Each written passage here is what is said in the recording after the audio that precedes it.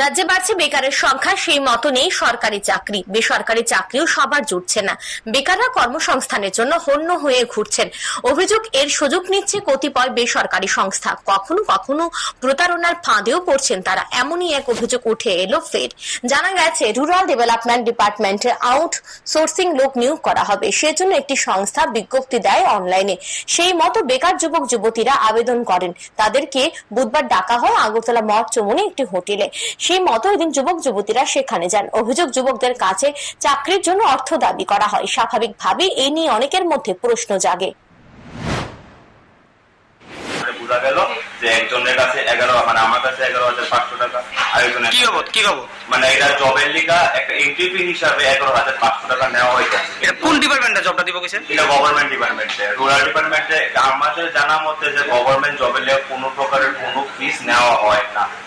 যদি private sector হইতো তাও জিনিসটা মানা যেত। প্রাইভেট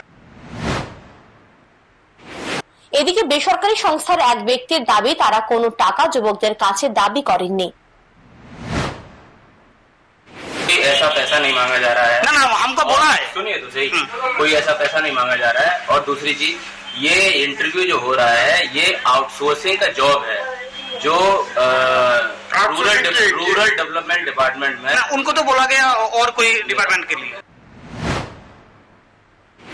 ঘটনার খবর পেয়ে ছুটে আসেন পূর্ব আগরতলা থানার পুলিশ। তারা সংস্থার 3 জনকে থানায় নিয়ে যান জিজ্ঞাসাবাদের জন্য। দাবি উঠেছে তদন্তক্রমে প্রকৃত রহস্য বের করার। Bureau report, news today.